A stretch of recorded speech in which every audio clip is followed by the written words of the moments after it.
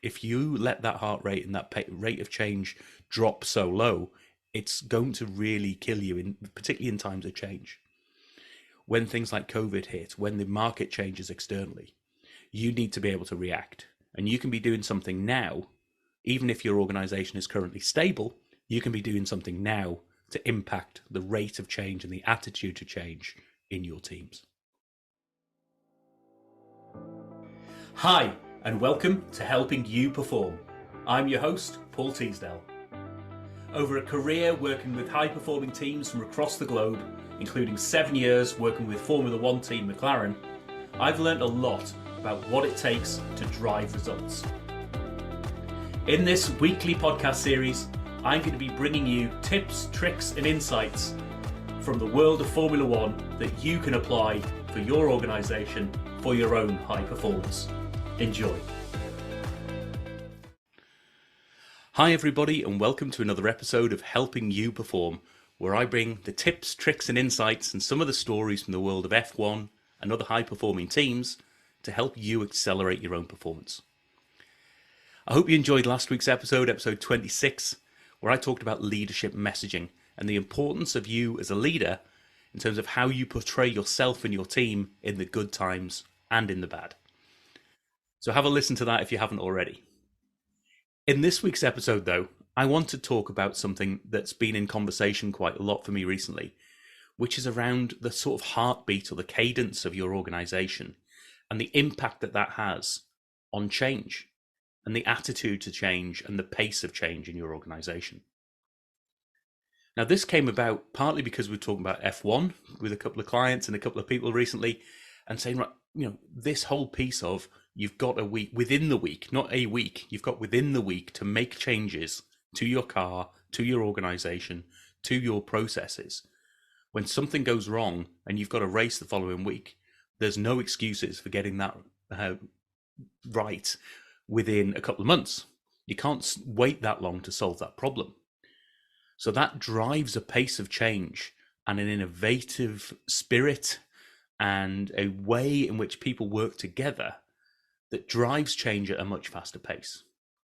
And one of the reflections I've had across my career, I've worked in many different industries, in many different environments, and the heartbeat of the organization is very often set by the types of products it's making or the types of things it's doing and the timescales involved, the heartbeat of that organization.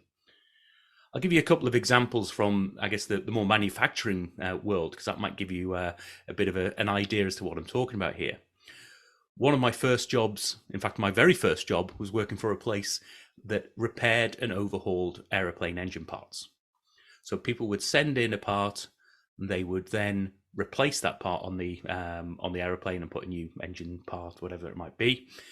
And we would have that part to repair and overhaul it and then send it back. And it would typically then go into the spares storage. So there was very little drive for pace of change. In fact, the average turnover between getting a part in, overhauling it, getting it through all of our systems and then sending it back to the customer was over 100 days. Now, the actual work that went into repairing and overhauling was probably only a day or two. But because of the processes, because of the stickiness, it was almost like syrup trying to move and drive change in that organization, because there was no real pressure to. Because there was no real pressure to, you didn't need to drive, and people didn't want to drive change at that sort of level. And I compare that to the job that I went into afterwards, which was in sausage making, where we would start the shifts at 6 a.m. We'd have a good idea as to what products we were making that day and what volumes, but it wasn't confirmed until 8 a.m. for that day's production. So you'd have to react very quickly to what was happening. So that drove in itself a rate of change and a pace of change and a pace of innovation. So if something went wrong or something went completely different to what you were expecting, you had to react very quickly. And as an organization, recombine your efforts and say, right, what are we going to do now that this situation's here? We've got to solve this by the end of this shift or by the end of today. Now, that heartbeat of the organization has a big impact on how your people view change. So the big question is, what can you as a leader do about it? Well, interestingly, at my time at McLaren, working with one of their clients there, a multinational manufacturing organization, FMCG, they were doing a lot in their organization as a leadership team to drive smaller batch sizes. Now, that wasn't just for the fact that they were trying to drive performance in their organization, because smaller batch sizes in manufacturing mean more changeovers. More changeovers means more downtime for your plants, and therefore it's going to impact performance. But what it does is it drives innovation, and it says, right, if we need these smaller batch sizes or this strategic priority that we're going to do, then what are you going to do about it, organization? How are you going to change such that you can react to this when this world changes? There were a lot of reasons why they were trying to do that, lots of customization of orders for their customers, which is a big strategic driver for them. But it was also, as a leadership team, they recognized the fact that they had an impact on the pace of change in their organization. And by setting these targets, by adding that little bit of pressure, not putting too much pressure on, but that little bit of challenge as to what can you do? Seeing as we're going to be going in this direction, what can you do to make change? What are you going to do? How are you going to react? And that in itself drove change in that organization at a pace that they hadn't seen before. And that was really interesting to me. And I think it's really interesting some of the other organizations I've worked in banking, in the service industry, in public sector. Think about the heartbeat of your organization. If you were to go into one of your senior leadership meetings now and say, we need to make a big change, how long would typically people be looking at making that change over? Would it be over the next quarter? Would they naturally say, oh, yes, we can put that into next year's plans. We can put that into next month's.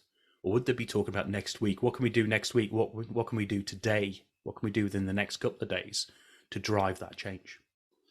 So as a leader, you've got the ability to, first of all, take a pulse check.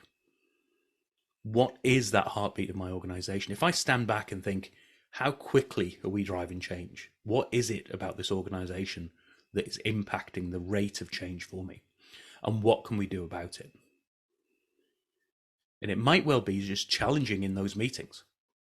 You say you need to next month to do this. What's stopping you from getting it done next week?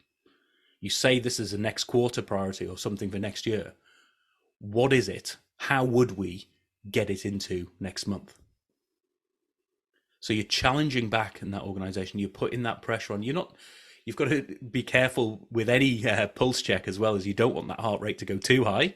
Otherwise, people are going to collapse and the organization will fall over. But you've also got to do something about it. If you let that heart rate and that rate of change drop so low, it's going to really kill you, particularly in times of change. When things like COVID hit, when the market changes externally, you need to be able to react. And you can be doing something now, even if your organization is currently stable, you can be doing something now to impact the rate of change and the attitude to change in your teams. As always, I'd love to be able to help. If you just want to talk this through, if you'd like me to come and see what my view is on the heart rate of your organization and the rate of change that I'm seeing in your organization, please do give me a shout. I'd love to talk it through and see how I can help and what insights I can bring to you and your teams. As always, reach out to me on www.paulteasdale.co.uk and book that 30-minute free conversation. Let's have a chat about it. Let's see what's driving change in your organization and what lessons can we bring to you so that you can impact the rate of change and the attitude to change in your teams. I'll see you in the next episode. Thank you for listening to this episode of the Helping You Perform podcast. If you found value in this episode, please take a moment to like, share, or review the podcast. You can reach out to me at any time, either through LinkedIn or through my website at www.paulteasdale.co.uk. I look forward to speaking to you in the next episode.